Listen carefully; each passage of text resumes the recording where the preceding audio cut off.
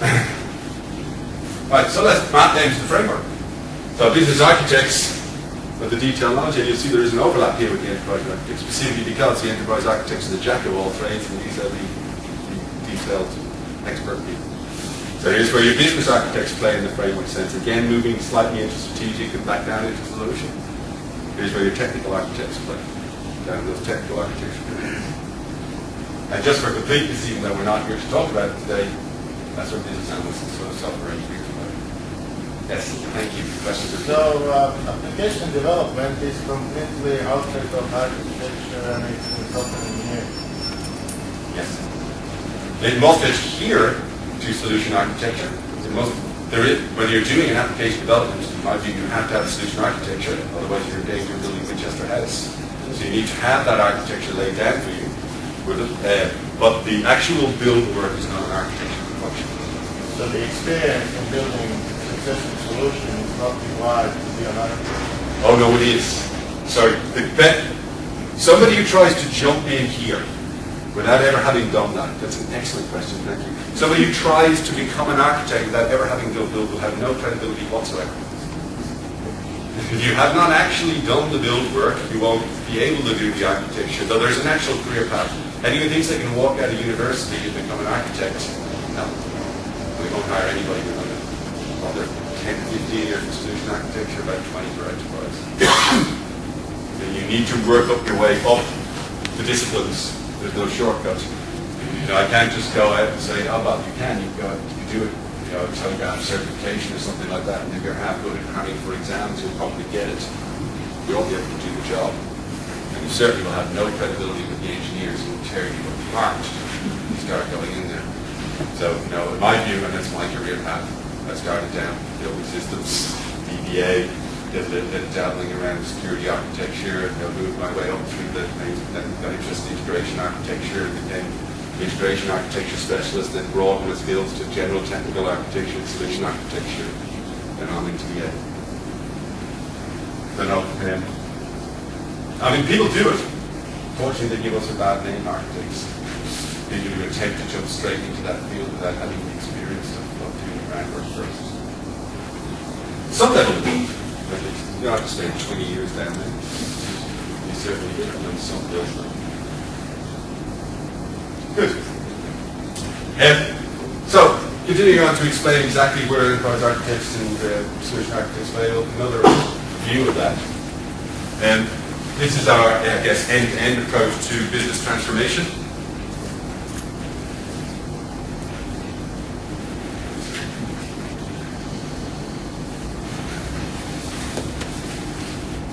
Sorry about that, just a few slides behind where I need to be.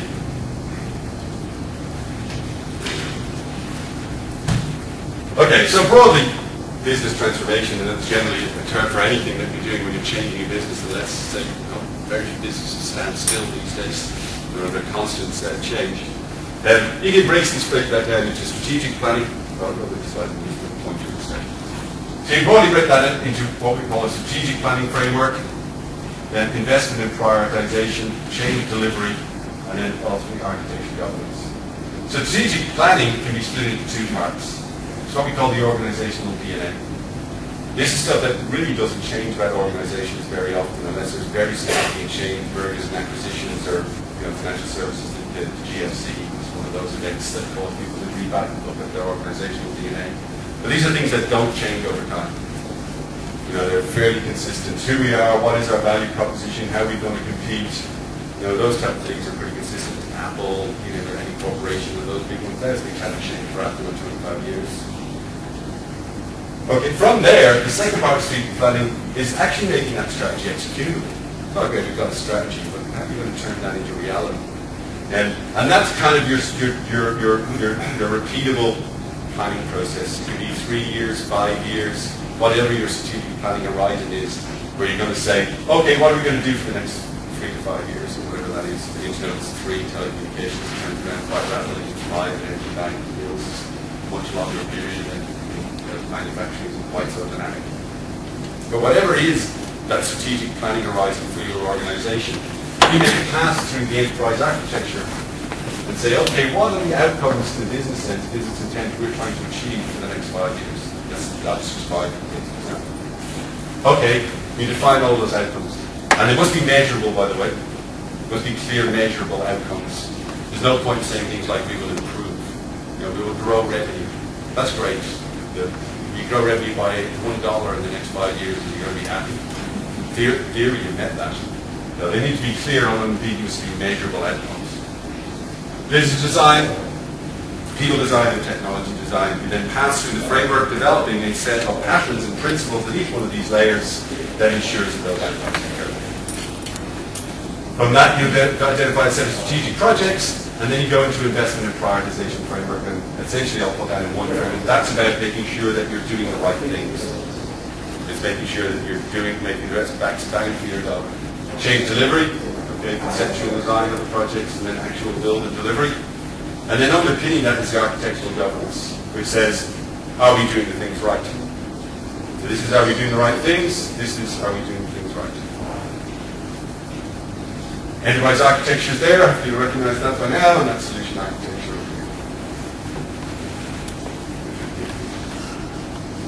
So it's a major advantage using the same framework. And to illustrate that, I'm going to do three examples. This intent artifacts, which is a company a company called Second Round Thinking. Some sample EA artifacts, which we translate with an include paths, search. Right, so first, what is the ABCD? It's a business intent tool. It comes from this company called Second Round Thinking. They're an Australian company, but they're actually doing huge ones overseas. In fact, MIT just wrote a paper describing them as a new McKinsey. And I had seen them since they did the strategic planning for the ATO a number of years ago, and I wondered why they got to it. It was because they're just dominating the States and Europe. And then they met the CEO about 4 weeks ago, and they just flew back from doing a strategic planning exercise with the news of DuPont. They only deal with the Fortune 100 now. They're based in Sydney, but they're now opening as a joint venture between Harvard and MIT and Second Road. I encourage you to have a look at their website. They're a really fascinating company. They're doing great stuff overseas. And so this is their tool, not ours. Right?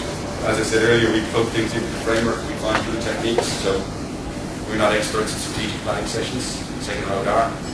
So we use their technique.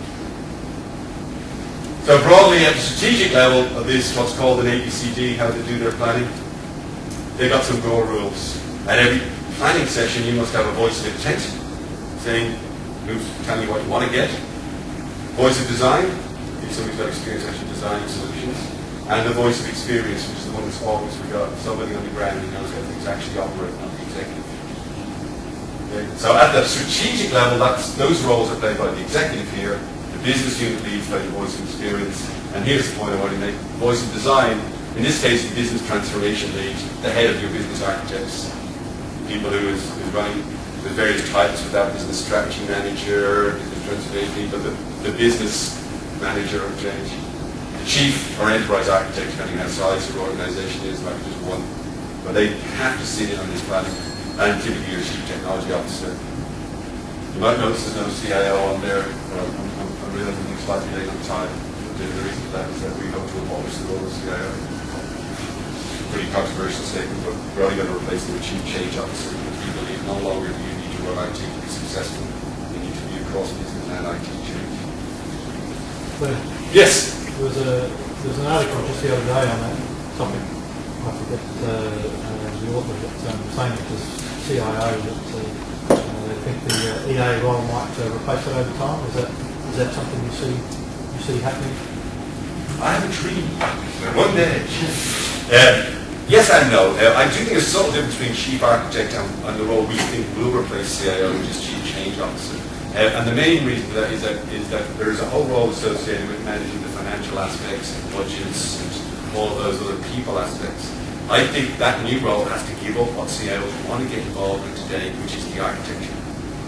There is to be a split separation. The CIOs, as they do today, want to be involved in solutions, want to be involved in architecture. I don't think that's a function of their role. They need to let it go. Chief architects and architects do all that. CIOs manage the budget, manage the resources, do all that people management side of things. They don't and shouldn't get involved. The best CIOs I've ever worked with recognize that that's their role and let you run the architecture. They start playing with this.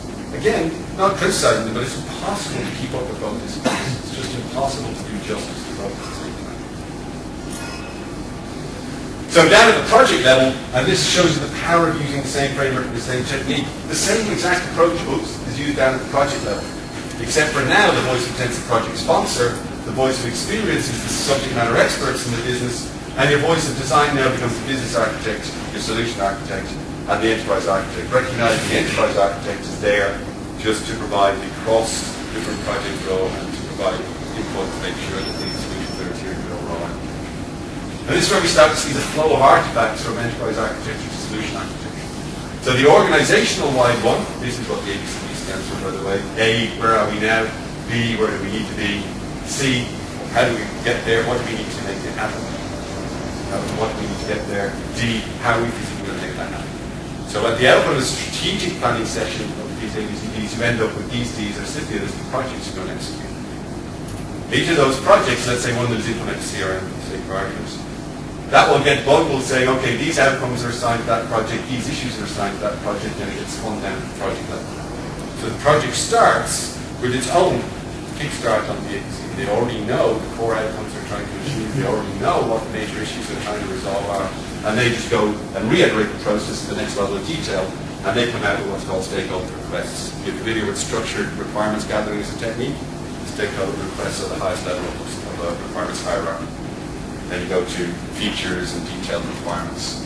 The features and detailed requirements are the realms of software engineers. And by the way, if you're doing agile development, you stop at these stakeholder requests. You then go into a build, implement cycle, and you start bringing them back the answers. And these are your project tasks. But that's a critical example of where, A, the solution architects know how to consume it because they're using exactly the same technique as the business architects, as the